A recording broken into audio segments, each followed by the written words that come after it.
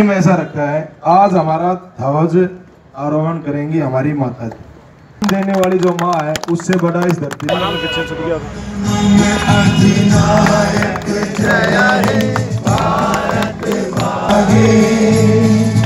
तब शुभ आशीष मांगे गाहे तब जय गाथा। नमस्कार प्यारे देश के साथियों और सारथी भाइयों, आज देश अपनी 71वीं सालगिरह मना रहा है और लेकिन देश के जो ड्राइवर हैं आज भी गुलाम हैं। हिंदुस्तान के अंदर लगभग कल मैं डाटा निकाल रहा था, 2015 तक का डाटा था जो कमर्शियल वाहनों का 2,34,00,000 था, वो 2015, 16, 17, 18 अभी इसका डाटा नहीं है। अब ये देखो कितना देश के अंदर ड्राइवर होगा। 90 लाख ट्रक चल रहे हैं। 90 लाख ट्रक का मतलब कि एक ट्रक के ऊपर 3 से 4 ड्राइवर, 2 हेल्पर चल रहे होंगे। और उसके बाद आपकी भी जितनी गाड़ियां चल रही है, हर गाड़ी के ऊपर 3-3, 2-2 ड्राइवर चल रहे हैं।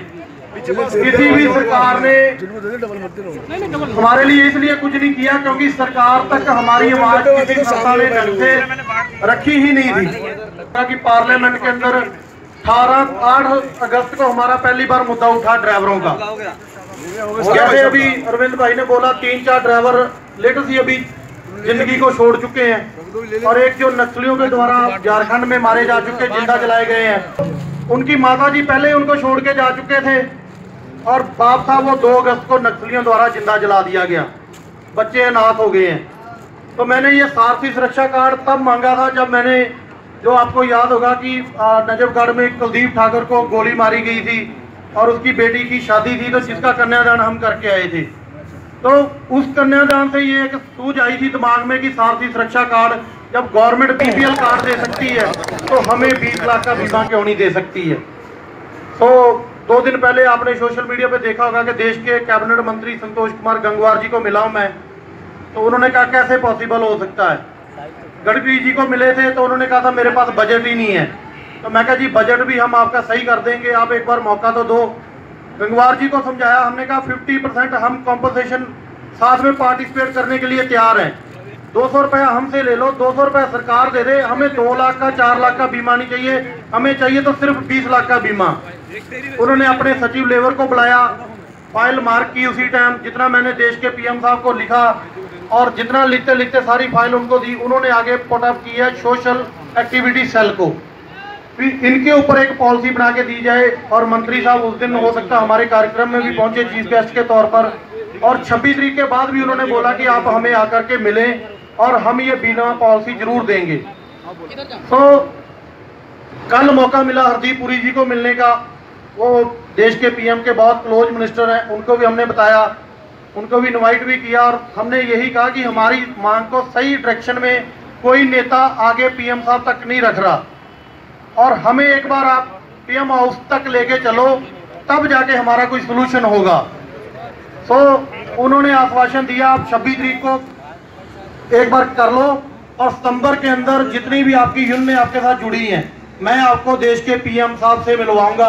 ये कल उन्होंने वादा किया मेरे साथ।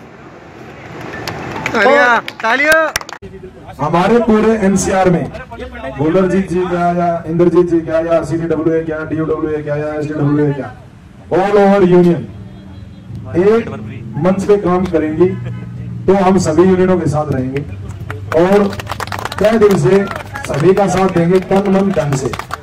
ये अवधूत राठौर जी के प्रोग्राम से मैं तो लेता हूँ परण भाई और मेरे साथ जितने मेरे साथी अपने ऊपर हाथ खड़े कर लें इस कंडीशन में चलने वाले सभी भाइयों का बहुत बहुत धन्यवाद। और भाई आज के बाद में एक हम प्रण लेते हैं कि जिस भाई का पहले कोई प्रोग्राम डिक्लेयर हो गया उस भाई के प्रोग्राम खत्म होने तक हमारी प्लानिंग कर सकते हैं, कोई प्रोग्राम नहीं करेंगे, चाहे वो हमारा विरोध ही क्यों ना हो। है तो ट्रेड, कल तो ड्राइवर भाई के लिए रहा है।